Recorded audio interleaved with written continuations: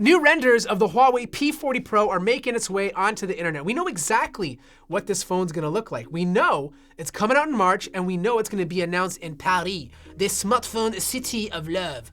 The problem though, is we don't know if it's gonna come with Google Play services, and based on what we're seeing right now, it's most likely not gonna happen. But we can still talk about the hardware.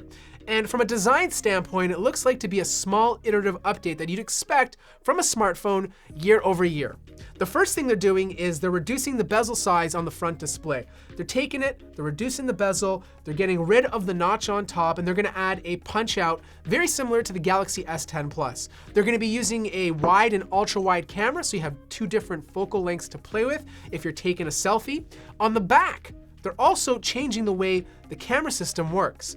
It's funny though, because they're gonna have the same amount of cameras as the P30 Pro, which is 3 plus a sensor, but they're gonna be incorporating that blocky design that you've seen on upcoming Samsung phones. Now, the camera hardware is obviously gonna be updated. You're gonna have more megapixels.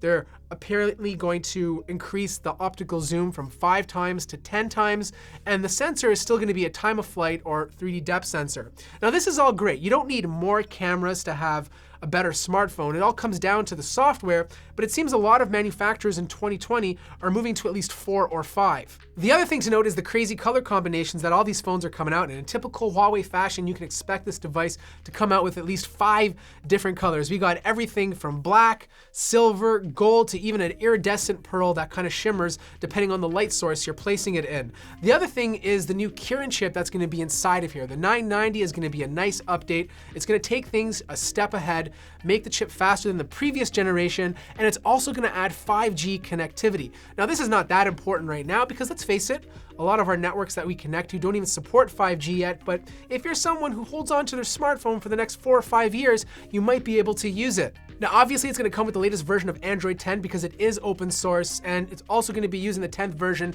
of MUI. Google Play services, as of right now, won't be on the device unless something changes between now and then. But overall, I feel like this is just a small iterative update, a stopgap. I truly feel if this band wasn't there, the P40 Pro would have at least 105 cameras, 4,000 times zoom, like you'd be able to see China from Canada using the camera sensors on the back. I mean, this is very unfortunate. Before this ban, Huawei was hot on the heels of Samsung. They were about to take the #1 position on smartphone sales.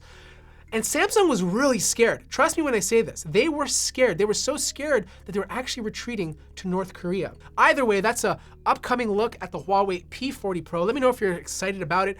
I'm still gonna try to get my hands on it. And if Huawei doesn't want to send me one because of the restrictions of it not being available in Canada, I'm gonna buy it myself. I'm gonna ship it from China and review it for you guys. Like the video if you liked it, subscribe if you haven't already, and I'll see you guys in the next video.